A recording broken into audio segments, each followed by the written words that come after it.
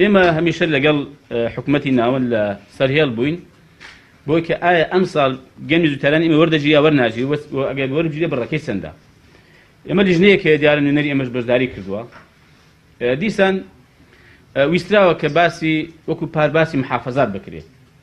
ئەم ساڵ نەخێر باسی هەرێمی کوردستان کراوە و باسی ئەوەی کراوە لەسەر بنچینەی موازنە کە بۆ زانیاریتان بڕی 1,370 ملیار تەرخان کراوە بۆ کردنەوەی گەنمی زووتیارانی عێراق بەگشتی بە پێی موازنەی عێراقی 2018 کە پەسەند نەکراوە ئەمە قسەمان لەسەری هەیە کە 12,167 دیاری کراوە بۆ هەرێمی کوردستان.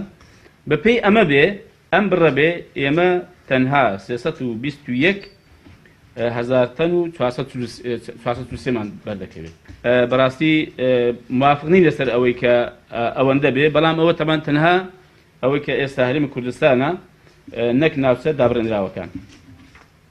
دەربارەی پارەی گەنمی زووتیاران کە ئەمە هەرچەند پەیوەندی بە وەزارەتی بازرگانی و پیشەسازیەوە هەیە، بەڵام بەدوا داچوونمان کردەوە هەمیشە لە پەیوەندی دابن بۆ ئەم بابەتە. دیارە عەبادی واژووی لەسەر خەرجکردنی پارەی زووتیارانی 2014 2015 و 16 کردووە، بەڵام ئەو بڕێ کە تەرخان کراوە بەشی ئەمە ناکە.